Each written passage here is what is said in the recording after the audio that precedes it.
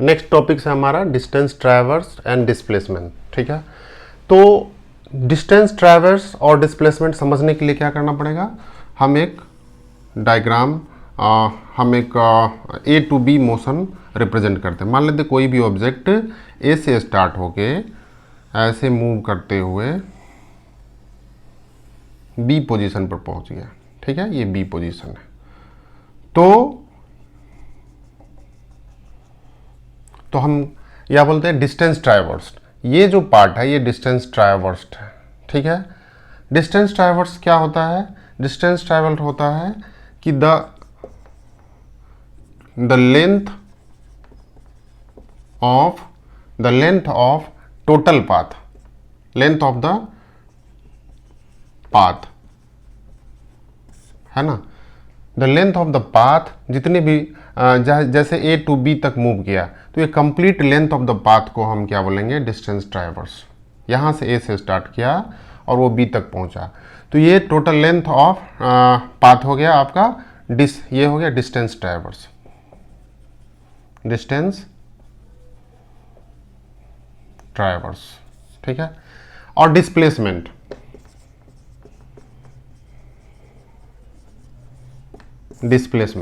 Displacement क्या हुआ कि the shortest distance between A to B in certain direction, A to B direction में है ना, the shortest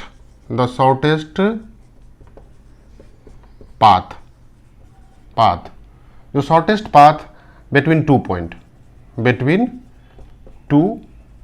points A and B, जो ए और बी का जो शॉर्टेस्ट पाथ है उसको हम क्या बोलेंगे, डिस्प्लेसमेंट।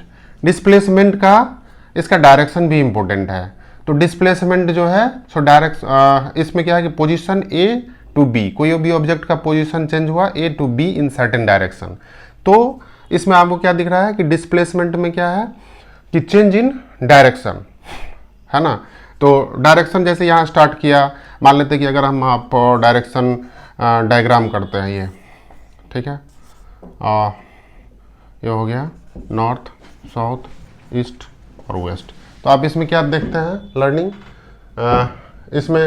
इसमें लर्निंग क्या देख रहे हैं कि कोई भी ऑब्जेक्ट जो है सो जब स्टार्ट किया यहाँ पर ए पॉइंट पर तो ये नॉर्थ डायरेक्शन में स्लाइटली मूव किया, फिर धीरे धीरे उसका डायरेक्शन डिफरेंट डायरेक्शन में चेंज हुआ और फाइनल पोजीशन जो उसका डायरेक्शन है टुवर्ड्स ईस्ट है। तो इसमें हम क्या बोलेंगे कि कोई भी पार्टिकल का जो शॉर्टेस्ट पाथ है ए टू बी है तो ये इसका मैग्नीट्यूड हो गया, मैग्नीट्यूड और मैग्नीट्यूड हो गया ए बी, जो this is equal to distance, and then इसका पाथ डायरेक्शन क्या हो गया, इसका डायरेक्शन टुवर्ड्स ईस्ट। तो आप क्या देख रहे हैं कि डिस्प्लेसमेंट को रिप्रेजेंट करने के लिए मैग्नीट्यूड और डायरेक्शन दोनों का जरूरत है। अगर आपका डायरेक्शन नहीं होगा तो आप ये नहीं पता कर पाएंगे कि ऑब्जेक्ट जो है सो उसका पोजीशन कैसे चेंज हुआ है।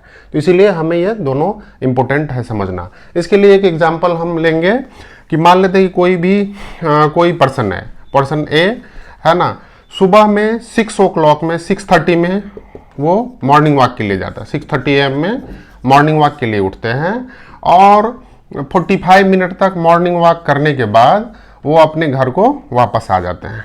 Total duration of complete journey उनका 45 मिनट है। तो 7:15 में वो AM में वो अपने घर को पहुंच जाते हैं।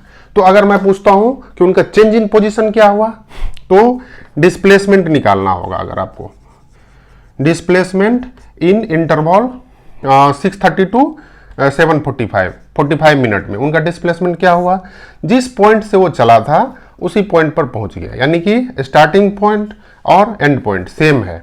तो इसीलिए इनका डिस्प्लेसमेंट कितना हो गया, displacement is equal to 0। That means कि अगर हम फिजिक्स में बोल सकते हैं कि उसका कोई भी पोजीशन चेंज नहीं हुआ, जहां से वो चला था वहीं पर वापस आ गया। लेकिन डिस्प्लेसमेंट इनका डिस्प्लेसमेंट तो 0 हो गया, लेकिन डिस्टेंस इसने काफी डिस्टेंस ट्रैवल किया। मान लेते हैं यहाँ पर 5 किलोमीटर उसने 3 किलोमीटर उसने अपवर्ड जर्नी किया और 3 किलोमीटर डाउनवर्ड, तो टोटल 6 किलोमीटर उसने upward and downward journey travel किया।